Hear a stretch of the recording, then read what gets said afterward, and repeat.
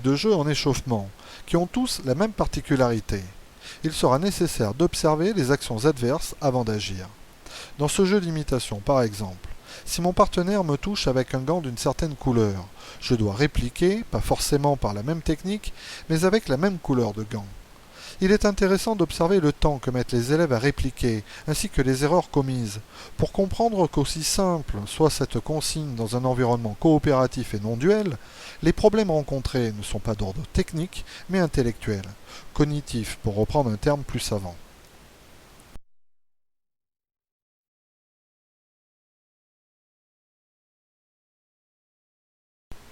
Dans ce jeu, il s'agit de marquer au préalable sa cible en la touchant avec la main, puis de chercher par la suite à l'atteindre techniquement parlant. Le but consiste à dévoiler ses intentions à son adversaire, qui tout en cherchant à en faire autant, pourra anticiper les actions de son partenaire, afin de faire aboutir son projet avant celui-ci.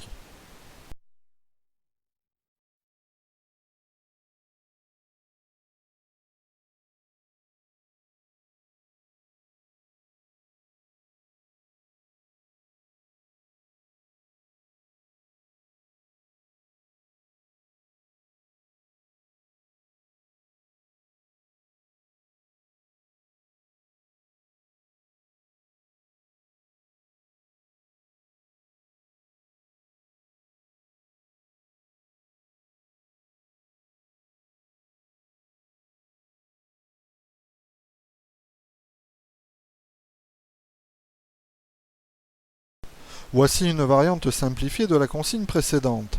Les élèves ne portent qu'un gant et doivent marquer leur cible avec la main libre, avant de chercher à l'atteindre avec le gant.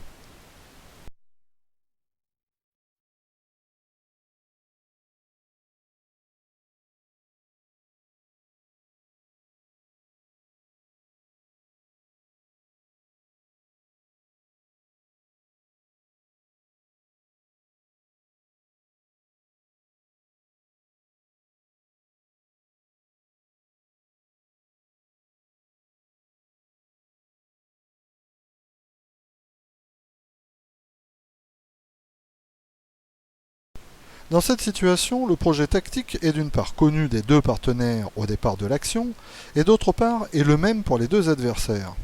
Le premier qui atteint les cibles désignées au préalable, c'est-à-dire les deux épaules et le ventre de son partenaire dans cet exemple, marque un point. Pour être valable, chaque technique devra être réalisée dans le respect des fondamentaux techniques désormais acquis, c'est-à-dire corps droit, bras qui touchent tendus, pieds écartés et au sol au moment des touches.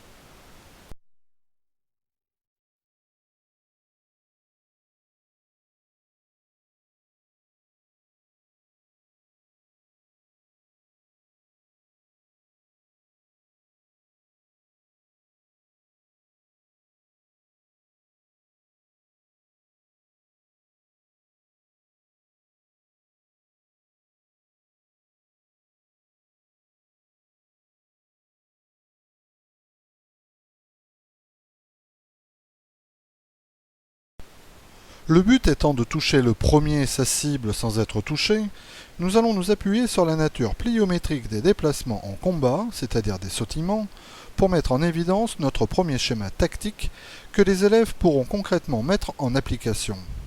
Si une attaque est déclenchée lorsque les appuis de l'adversaire quittent le sol, celle-ci bénéficie du temps de suspension pour être réalisée, c'est-à-dire avant que l'adversaire repose ses appuis pour réagir en contrant ou en reculant.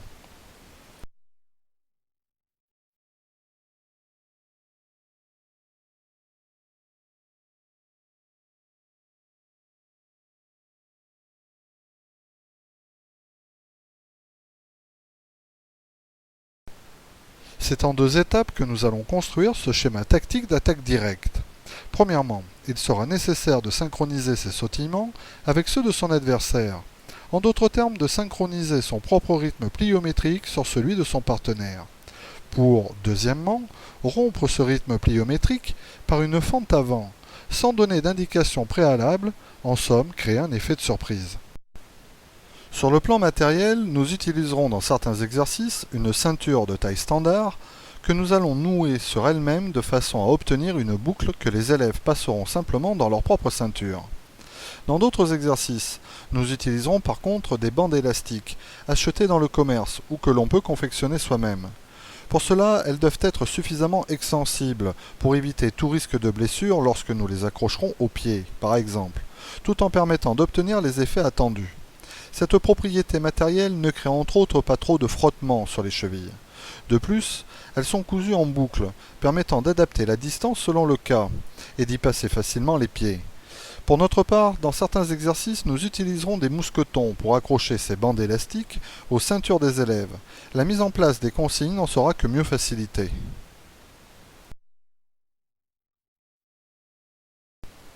Commençons par la phase de synchronisation. Pour cela, il faut apprendre à lire le rythme pliométrique de l'adversaire. Ce premier exercice est très intéressant. Uke, c'est-à-dire celui qui actuellement sautille, doit d'une part ignorer son adversaire et d'autre part adopter un rythme constant et relativement lent pour favoriser le bon fonctionnement de la consigne. Quant à Tori, il lui est demandé de balayer sans percuter ni faire chuter les appuis de Uke lorsque celui-ci est en suspension. En faisant ainsi le tour de Uke, en réalisant cette opération, en changeant le pied qu'il utilise pour balayer, ainsi que les appuis de Uke.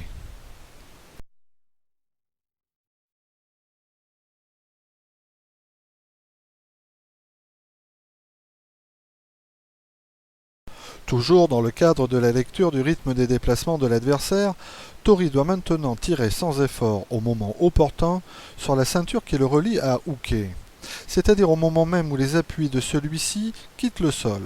Si la consigne est réalisée correctement, les effets sont immédiats, ce que permet de mieux apprécier le ralenti. Il est important de souligner une fois encore que Uke doit maintenir un rythme de sautillement régulier tout en ignorant son partenaire, ce qui en soi restera une constante pour les exercices à venir. Parallèlement, il est aussi demandé à Tori, durant tous les exercices futurs, de ne rien laisser paraître qui puisse être interprété comme un signe déclencheur de ses actions. Dans cet exercice, il doit par exemple garder le dos droit et ne pas bouger son bras avant au moment où il tire, etc.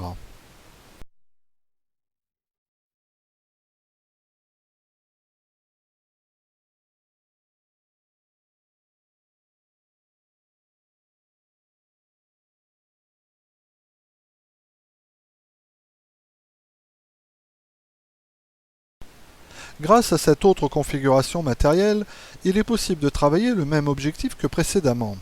Cette fois-ci, Uke n'est plus relié à Tori par une ceinture, mais par un élastique accroché à son pied avant. Les effets sont ainsi moins immédiats, ce qui nécessite une réalisation plus précise de la consigne.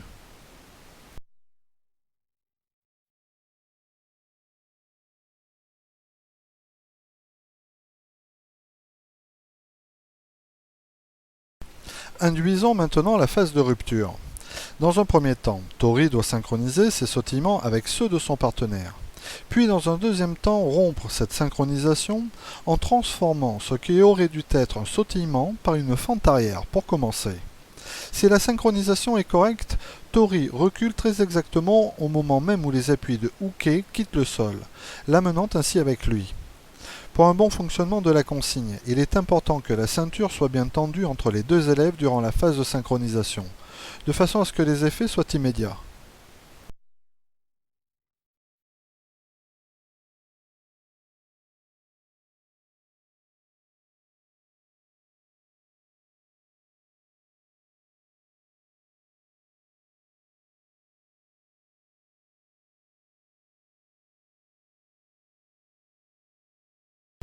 Dans ce nouvel exemple, la consigne reste la même que précédemment.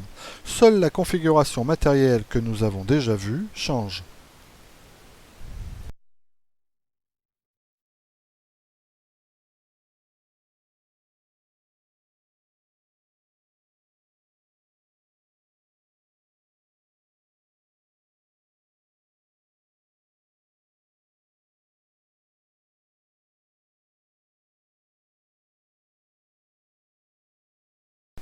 Optimisons maintenant cette phase de rupture par une simulation d'attaque, c'est-à-dire une touche pour commencer.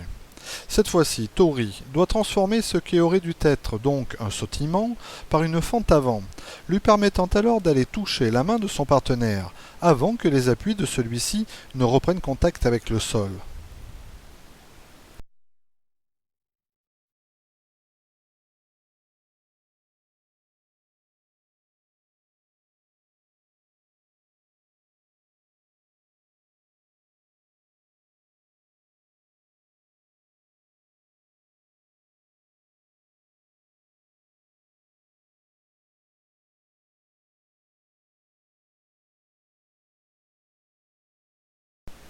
Cet exercice est très intéressant, dans le sens où il est demandé maintenant à Uke de se tenir prêt à attaquer. S'il perçoit chez Tori son intention de reculer. En contrepartie, Tori doit masquer ses actions en agissant de façon aléatoire, et surtout en respectant bien le principe de synchronisation rythmique, dans ses attaques d'une part, mais aussi lorsqu'il recule. Parce que si tel n'est pas le cas, il risque tout simplement de renforcer les effets de l'attaque de Uke, en accélérant son déplacement, plutôt qu'en le déséquilibrant, rendant ainsi son attaque difficile à réaliser, sans un sursaut de rééquilibration, pour pouvoir atteindre le gant de Tori correctement. Voici par exemple justement une erreur de Tori, qui part légèrement désynchronisée, et pas assez rapidement. L'attaque de Uke est alors directe, sans sursaut.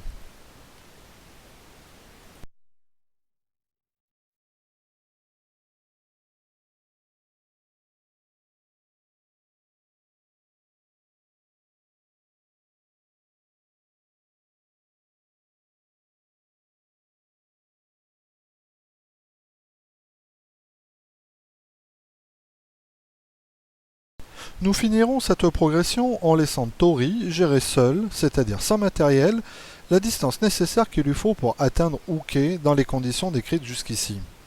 Cette série ne s'arrête pas là. Il est possible de la décliner ou de la reproduire en utilisant d'autres actions pour toucher Uke, ainsi que d'autres cibles, etc. Pour conclure, il faut garder à l'esprit que ce schéma d'attaque directe n'est pas absolu, mais a l'avantage d'être une proposition concrète sur le plan tactique pour des débutants. De plus, les acquis nécessaires à sa réalisation, tels que les fentes avant par exemple, sont induites depuis les fondamentaux techniques et ne représentent pas une grande difficulté sur le plan des apprentissages. Quant à la synchronisation rythmique, elle ne fait pas appel pour sa part à des compétences techniques. Inutile pour cela donc d'être d'un niveau avancé. Nous allons maintenant aborder un autre schéma tactique qui peut être appliqué en attaque et en défense, les fauchages. On différencie les fauchages des balayages dans le sens où les balayages consistent à faire fuir les appuis avant que ceux-ci ne se posent, alors que les fauchages les suppriment. Le schéma tactique qui va servir de référence dans cette deuxième partie correspond à l'enchaînement de trois actions distinctes. Premièrement, une attaque directe, suivie d'un fauchage, puis d'une percussion. Nous verrons plus tard dans cette progression qu'un schéma défensif, cette fois-ci, peut être décliné de cette analyse. Sur le plan pédagogique, nous allons dans un premier temps mettre en place une progression d'enseignement des fauchages, à proprement parler, puis dans un deuxième temps une progression visant à favoriser l'exploitation des déséquilibres ou des chutes, pour enchaîner une nouvelle attaque. Quoi qu'il en soit, une forte probabilité de chute existe. Les élèves doivent alors y être préparés, ce à quoi va contribuer l'échauffement. Ce jeu, où chacun pousse à son tour son partenaire en arrière, a pour objectif de faire acquérir une tonicité réflexe au niveau de la nuque. Les élèves doivent être capables de contrôler leur chute en évitant que la tête touche le tapis. Pour cela, ils doivent apprendre à maintenir le menton contre le thorax au moment de l'impact du corps sur le sol. Il est aussi demandé aux élèves de ne pas se retenir avec les bras ou les coudes, mais plutôt de briser leur chute. Même si les fauchages en karaté amènent plus souvent les élèves à tomber sur les fesses ou de face, ce réflexe peut dans certains cas éviter aux élèves de se blesser.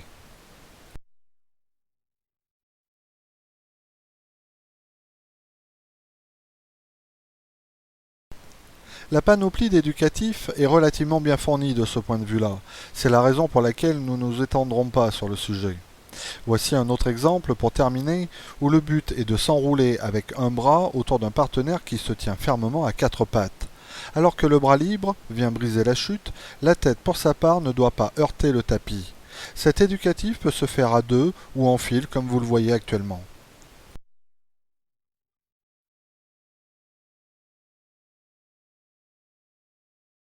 L'intérêt de ce premier exercice est de faire comprendre aux élèves que supprimer un appui n'est pas frapper cet appui, mais le crocheter avec le bol du pied ou le dessus du pied. Il sera peut-être nécessaire, selon le profil des élèves, d'entamer la série qui suit avec des chaussons de combat. Les contacts sont à prévoir.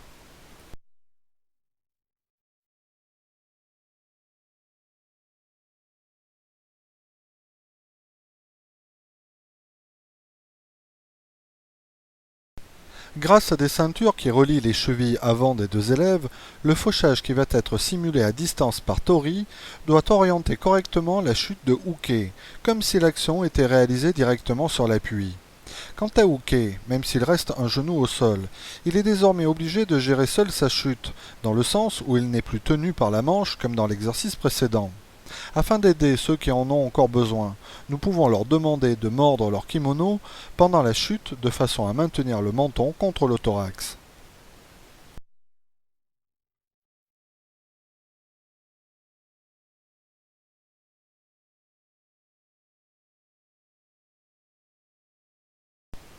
Ceci est un avertissement de sécurité. Il est fortement conseillé de ne pas utiliser de ceinture pour attacher les chevilles des élèves qui sont amenés à chuter, à partir d'une position debout. Nous utiliserons à la place les bandes élastiques. Les seuls cas où les ceintures seront employées se situent uniquement sur des élèves qui peuvent être amenés à chuter à partir d'une position un genou au sol, comme dans l'exercice précédent. En combinant les deux derniers exercices avec une attaque préalable simple de type Gyakutsuki, nous entrons dans une phase de simulation plus proche du schéma tactique qui nous sert actuellement de référence en attaque. L'action qui consiste à faucher l'appui avant de Uke reste l'enjeu principal. Plus concrètement, Tori doit prendre le pied avant de Uke comme repère pour placer le sien légèrement derrière au moment de son attaque. Il ne lui reste plus qu'à crocheter cet appui tout en gardant son propre équilibre.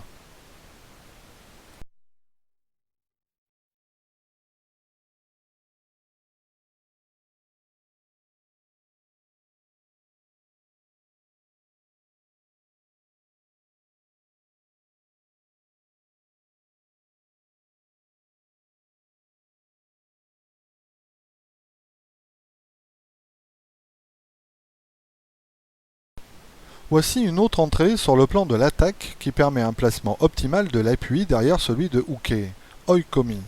Cette configuration tactique n'est certes pas une nouveauté, mais s'intègre très bien dans une perspective de fauchage.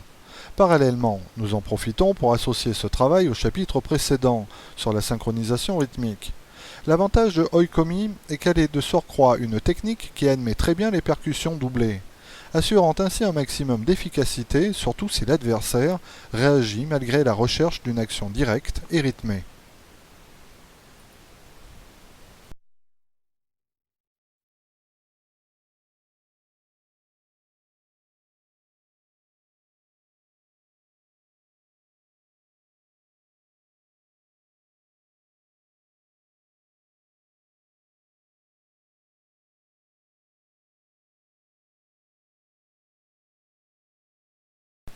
Si on élimine de ce schéma l'attaque préalable, on obtient un autre schéma tactique, mais en défense cette fois-ci.